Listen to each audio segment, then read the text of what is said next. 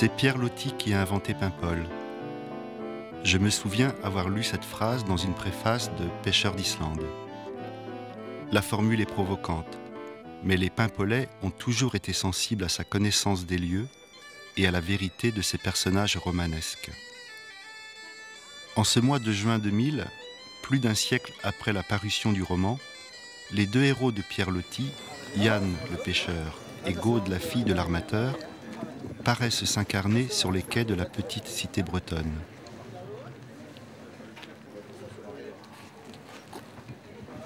C'est mon 5e voyage sur les traces de ceux qui partaient pêcher la morue au large des côtes de l'Islande, ceux que l'on appelait les Islandais. Je sais que Pierre Loti n'est jamais allé en Islande, et pourtant, à la lecture du roman, il est étrange de voir à quel point les mots et les choses se confondent. Quelle chose terrible était-ce donc, ce métier d'Islande, pour s'annoncer de cette manière et inspirer à des hommes de telle frayeur. Pourtant, il y avait aussi des marins qui souriaient, qui sans doute aimaient, comme Yann, la vie au large et la grande pêche. S'ils étaient garçons, ils s'en allaient insouciants, jetant un dernier coup d'œil sur les filles. S'ils étaient mariés, ils embrassaient leurs femmes ou leurs petits avec une tristesse douce et le bon espoir de revenir plus riches.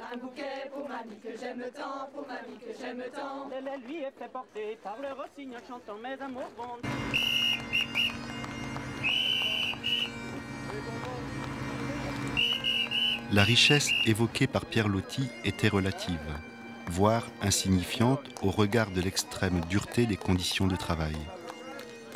Le caractère inhumain de cette pêche a transformé la victime en héros.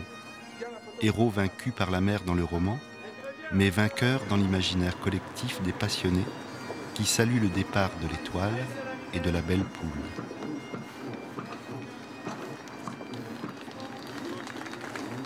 Les deux bateaux ont été commandés au chantier de Fécamp en 1931 par le ministre de la Marine.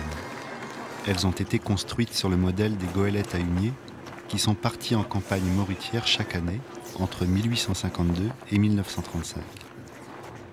Voiliers et école depuis l'origine, elles poursuivent leur mission de formation. Jusqu'à ce jour, elles n'avaient jamais fait route vers les lieux mythiques qui ont forgé la renommée de leurs aînés. L'étoile et la belle poule, les goélettes du Ponant vont cingler dans la houle pour un épique chemin d'antan. Sur les cartes marines que les anciens nous ont léguées, par d'ombreuses sibyllines, la route est là toute tracée. Oh oh oh, et puis regarde, va pour la pêche au cabillaud. Oh oh oh, et ta matelot, à Islande tu seras bientôt.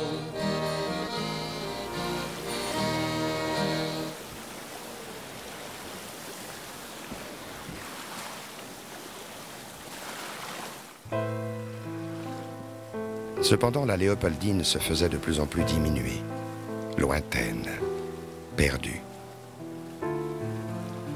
Devenue une petite tache grise, presque un point, elle allait bientôt atteindre l'extrême bord des choses visibles et entrer dans ces au-delà infinis où l'obscurité commençait à venir.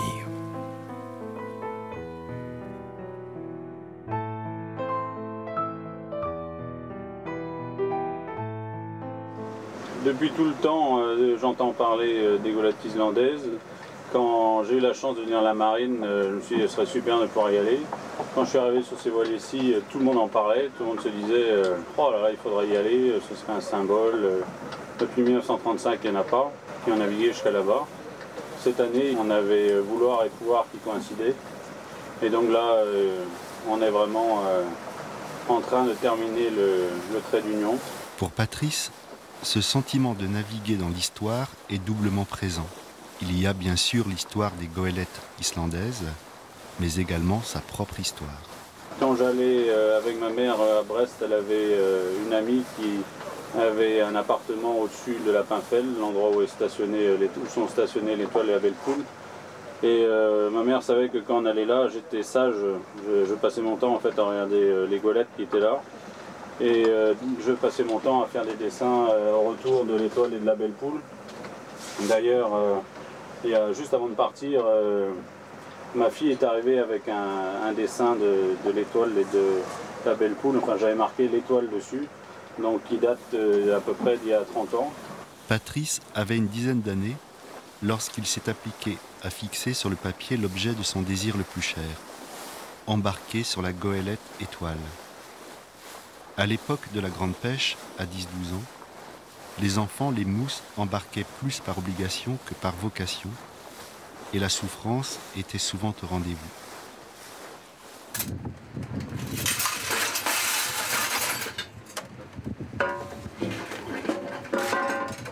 Cette mémoire douloureuse contraste avec l'ambiance détendue qui règne à bord.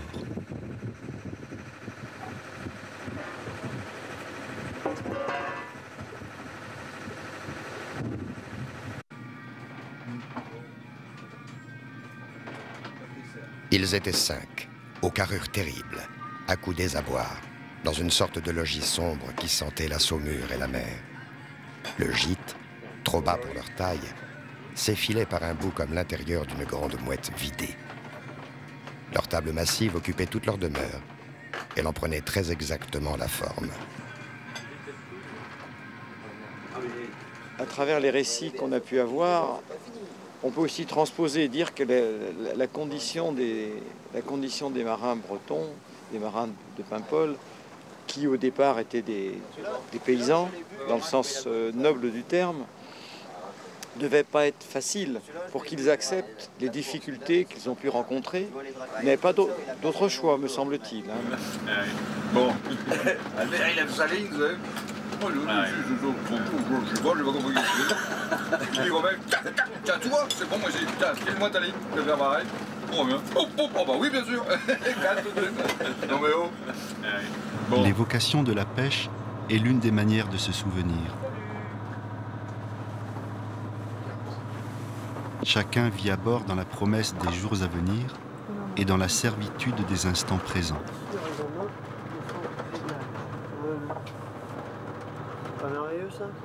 Cela nous permet de mesurer à quel point l'aventure humaine et maritime de la grande pêche est à la fois si loin et si proche.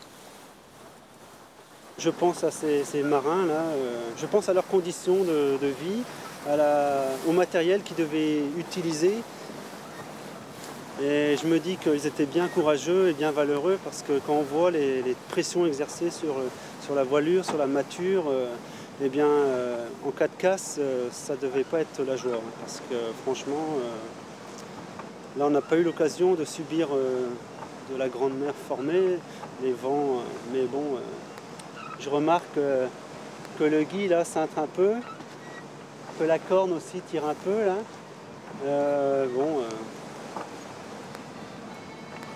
Faut que ça tienne.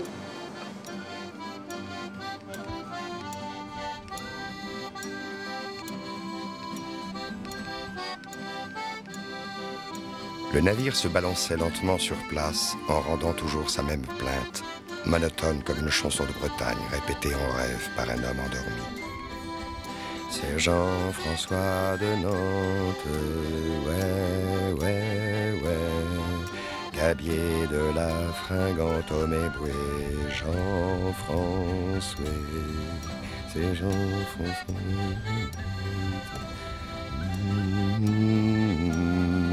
À l'écoute de Yann, le commandant, et d'Albert, le patron pêcheur du Guilvinec, il est facile de mesurer l'importance de l'enjeu. Chaque heure qui passe les rapproche de ce moment rare où ils pourront plonger dans les eaux islandaises une ligne de 150 mètres, gréée de 6 ou 7 hameçons à lieu, garnis de caoutchouc rouge ou beige. Lorsque j'évoque le sujet avec Bernard, le paimpolais de l'expédition, la valeur du symbole devient une question d'honneur. C'est vrai que l'honneur d'être en plus le seul et bon, très certainement le dernier du siècle à aller pêcher la morue sur une goélette authentique comme ça, c'est vrai que bon, c'est même avec émotion, quoi. On n'a pas de... Je n'ai pas de mots, moi, pour décrire le truc. Je pense que c'est après, dans quelques mois, que je vais réaliser vraiment ce que j'ai fait, quoi. On sera très proche de la réalité, parce que les golettes sont restées très proches de ce qu'elles étaient, quoi, hein. Bon, il est certain qu'on a un bon moteur maintenant qu'eux n'avaient pas. Bon, la cuisine, c'est sûrement pas la même cuisine, hein, qu'ils avaient, hein, mais bon, au niveau de la pêche, on va se retrouver le long du bord, là, exactement comme eux ils faisaient, hein. Bon, sûrement qu'en quelques heures de pêche, on va mesurer qu'est-ce qu'ils faisaient eux pendant pas de 6 mois, hein.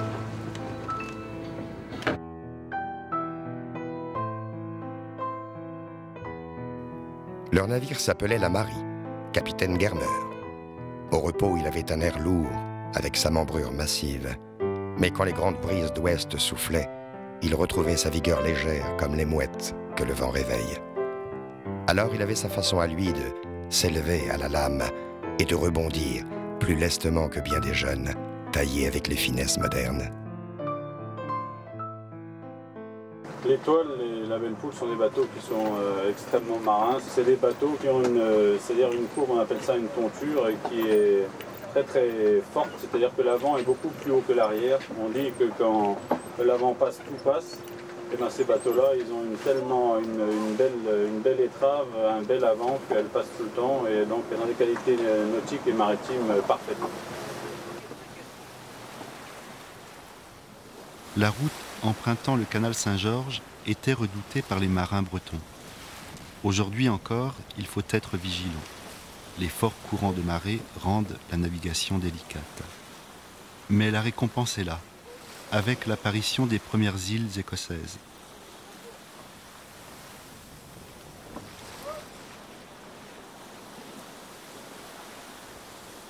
La Foeg, la Guevline, Kaulisla, Bunababel. Notre route est rythmée par les noms des distilleries des célèbres whisky.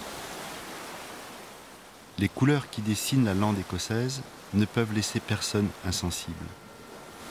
Les risées et les grains deviennent des alliés en jouant une partition d'ombre et de lumière qui met en émoi les chasseurs d'images et qui semble une source d'inspiration inépuisable pour Erwan, le sonneur.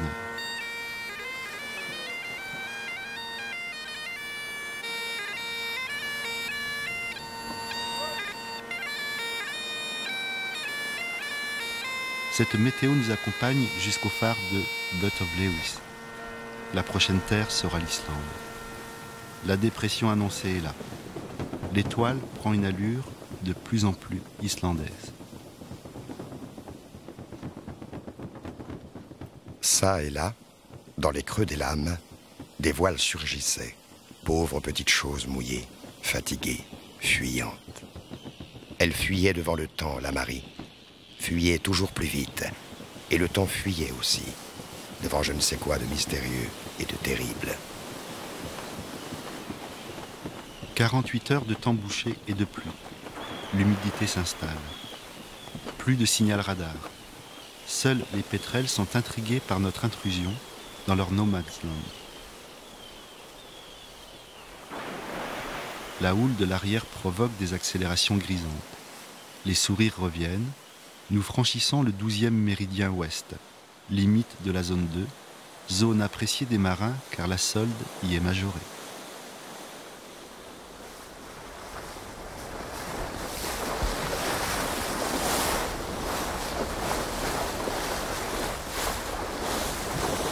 Quand on aperçoit le glacier, on réalise que c'est l'Islande.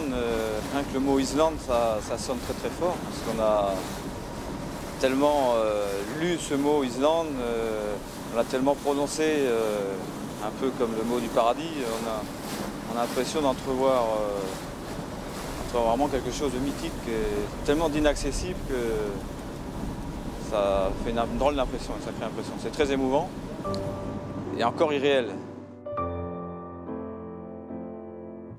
Ce matin-là, autour du petit assemblage de planches qui portait Yann et Sylvestre, le monde changeant du dehors avait pris un aspect de recueillement immense. Et puis, peu à peu, on vit s'éclairer très loin une autre chimère. Une sorte de découpure rosée très haute, qui était un promontoire de la sombre Islande. À l'abri de leur écrin de glace, les aiguilles de Portland, qui ont marqué l'imaginaire des pêcheurs français, ne me sont jamais apparues aussi fragiles. Les peurs d'autrefois, les appréhensions du départ se sont évanouies dans le bleu qui illumine ce lieu de mémoire.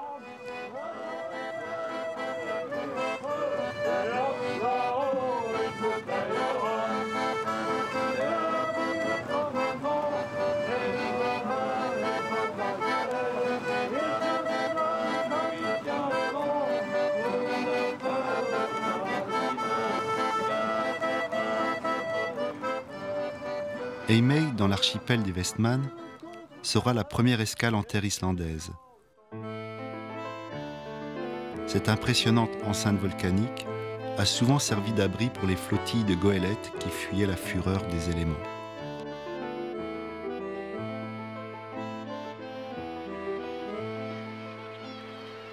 L'image de cette étrave blanche qui s'extrait lentement des sables basaltiques noirs a une valeur symbolique très forte. À la fois hommage et renaissance, cette entrée est placée sous le signe de la réconciliation avec des paysages trop souvent diabolisés par les mots de Pierre Loti. L'Islande, assez lointaine, était apparue. Elle montrait de plus en plus nettement ces grandes montagnes de pierres nues, qui n'ont jamais été éclairées que par côté, par en dessous, et comme à regret.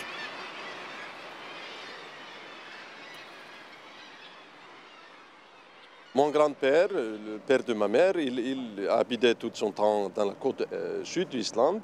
Et la côte sud, elle est appelée le cimetière de bateaux. Et notamment, dans ce côte-là, c'est le Saint-Paul, le bateau-hôpital français, qui a naufragé dans l'année 1999, c'est ça? 1899.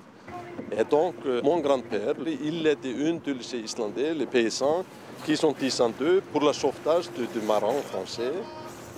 Pour moi, ces deux bateaux qui sont arrêtés ici pour comme leur premier port dans l'île de Westman. Je trouve ça fabuleux de voir les relations culturelles cristallisées beaucoup plus tard après les relations nécessaires. Donc, auparavant, ça a été nécessaire d'aller pêcher en Islande pour faire vivre les siens. C'est absolument fabuleux. On doit faire beaucoup plus de ça. C'est vraiment quelque chose de très joli et émouvant. Cette émotion, je l'avais déjà partagée dans la région de Medaland, sur la côte sud de l'île, avec les paysans qui conservent précieusement les vestiges des bateaux français naufragés. Mais comme l'exprime très justement Armand, le périple de l'Étoile et de la Belle Poule s'adresse aux jeunes générations. Je suis convaincu que les relations franco-islandaises à venir ont choisi leur meilleure ambassadrice. Nous faisons route au nord. Nous retrouvons un ciel bleu d'une étonnante intensité. En revanche, le vent monte avec des rafales à 47 nœuds. Tire sur la droite pour amener la viselle.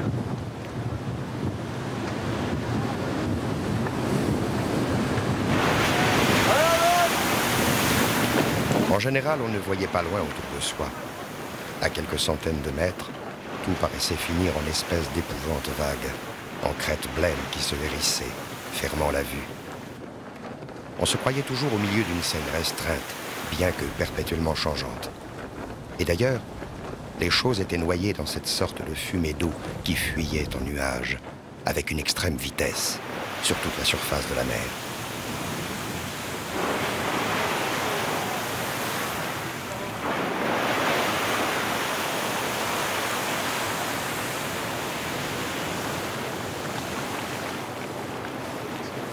Il ne fallait pas perdre son temps en causerie. On était au milieu d'une immense peuplade de poissons, d'un banc voyageur qui, depuis 2 jours, ne finissait pas de passer.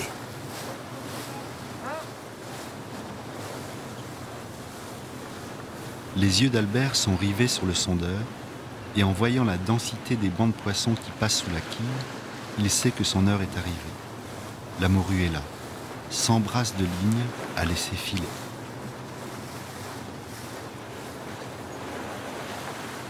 Et à cette même heure, à bord de la Marie, Sur la mer boréale, qui était ce soir-là très remuante, Yann et Sylvestre se chantaient des chansons, tout en faisant gaiement leur pêche à la lumière sans fin du jour.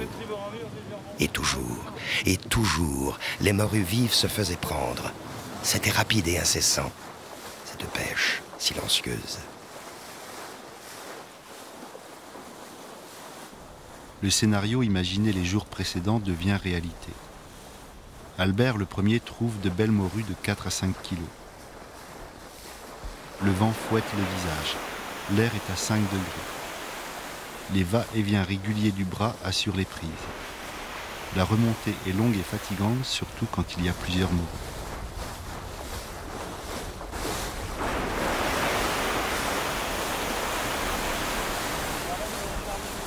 Donc la plaquette, on répond.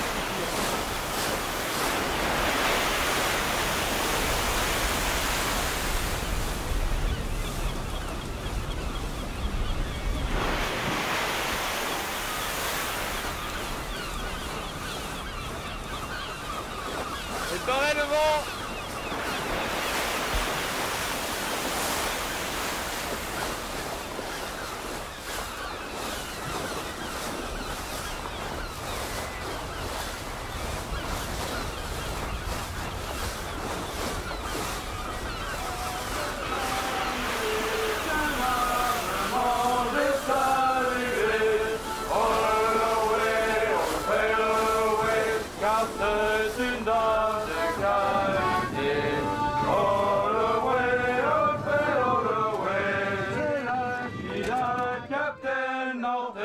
Je ne vois là que la simple volonté de redonner aux goélettes leur identité.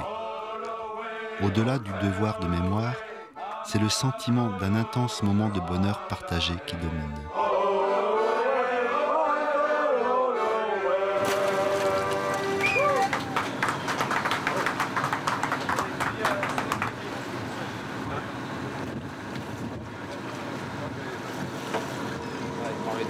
Pour la salée? Voilà, salé, oui. Pas de coup, non. Là, on navigue dans l'histoire, là. Ça, on pourra dire, lorsque les gens nous demanderont est-ce qu'elles sont allées en Islande? Ah oui. Est-ce qu'elles ont pêché la morue? Oui. Ah, oui. Ah, c'est ici, là. La campagne 2000. La dernière du siècle. Et bon, bah, on voit quand même qu'il en reste encore un peu de poissons. Vu qu'on a fait la démonstration là, à la ligne, là, on a pêché un tout petit peu, donc c'est plaisant. Mais il faut dire aussi que c'est un pays, je crois qu'il faudrait qu'on prenne l'exemple, nous, les autres pays européens, de gestionner notre ressources comme ils le font. Ça, c'est vraiment formidable. La preuve, c'est que plus de 60 ans après, il reste autant de poissons, alors que chez nous, en 60 ans, on a réussi, pour ainsi dire, à faire un désert, ce qui est vraiment malheureux.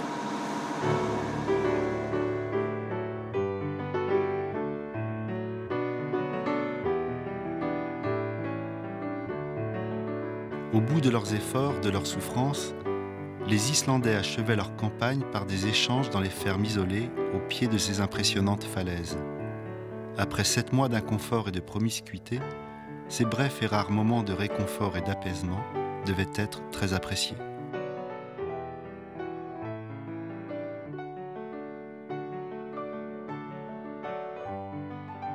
Après 10 jours de mer, l'étoile devenue islandaise achève son voyage initiatique et devient polaire en franchissant le cercle arctique. 66-33. La ligne est pour les marins un moment important, un rite de passage. Traditionnellement, tous, jusqu'aux officiers, se jettent des seaux d'eau de mer les uns sur les autres. Étant donné la température de l'eau en ces latitudes, nous préférons la boire. Bienvenue dans l'océan glacial arctique. Ouais.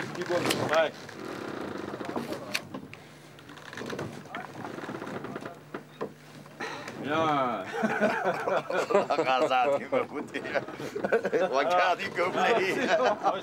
Autour de l'Islande, il fait cette sorte de temps rare que les matelots appellent le calme blanc. C'est-à-dire que rien ne bougeait dans l'air, comme si toutes les brises étaient épuisées. Fini.